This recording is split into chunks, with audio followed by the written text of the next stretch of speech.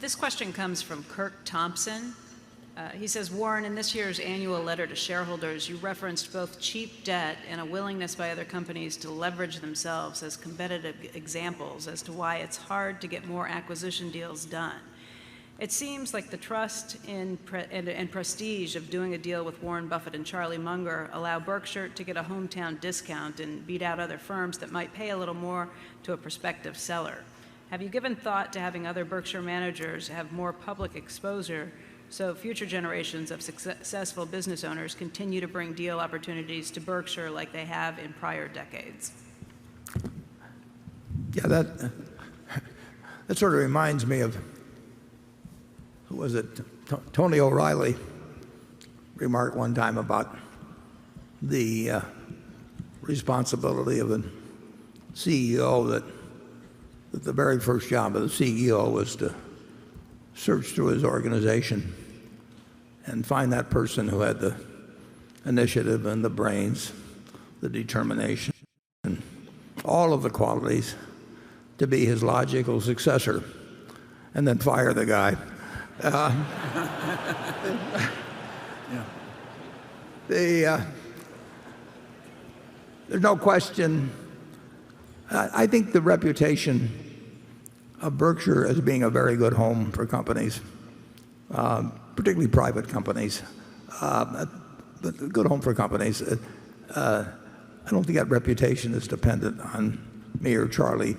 It may take a little, there'll be a little testing period for whoever takes over in that respect. But basically, we've got the money to do the deals. We'll have the money to do the deals subsequently. People can see how our subsidiaries operate in the future. And the truth is that I think some of the other executives are getting better known. But there will be I'll tell you this, if things get bad enough, you don't have to worry. They'll be calling us no matter what.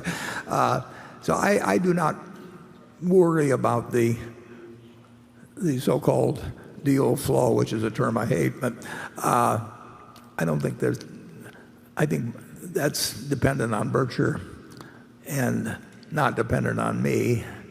And as I mentioned, my phone isn't ringing off the hook with good deals, so that apparently this big winning personality or something is not delivering for you. So it may be the next person will be even more, get even more calls. Berkshire, the reputation belongs to Berkshire now, and we are, for somebody that cares about a business that they and their parents and maybe their grandparents lovingly built over decades, if they care about where that business ends up being after, for one reason or another, they don't want to keep it or can't keep it in the family, we absolutely are the first call, and we will continue to be the first call, whether Charlie or I answer the phone or somebody else does. Charlie? Well, a lot of the subsidiaries have for a long time already been making all kinds of acquisitions with people they know and we don't. So it's already happening. And in fact, it's happening more there than it is at headquarters. So don't tell them, Charlie. You're getting your wish. And it is weird that about 99% of the public companies that change hands in terms of control change hands in a sort of auction presided over by an investment banker. And the people that buy are usually just leverage it to the gills, and then if it starts doing a little better, they re-leverage it. And that money is coming out of the charitable endowments and pension plans who are making these highly leveraged investments in all these companies changing hands at very high prices. Sooner or later, this is not going to work perfectly. Yeah.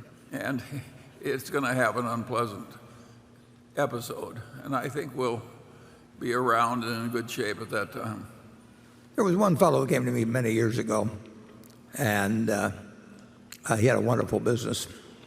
And he had been worried because he had seen a friend of his died, and the problems that arose later when the managers, to some extent, tried to take advantage of the widow, and it became a disaster.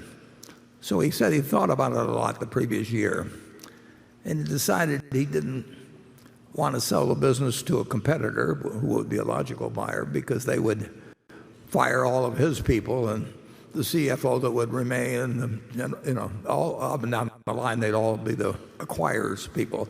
He didn't want to do that to his people. And then he thought, and he didn't want to sell it to a private equity firm because he felt they'd leverage it up. He never liked to leverage that much, and then they'd just resell it later on to somebody, so it would be totally out of control of what he wanted to do. And he wanted to keep running it himself. So he said, Warren, he said, it isn't that you're such a great guy. He says, you're the only one left. So Berkshire will continue to be the only one left in many cases.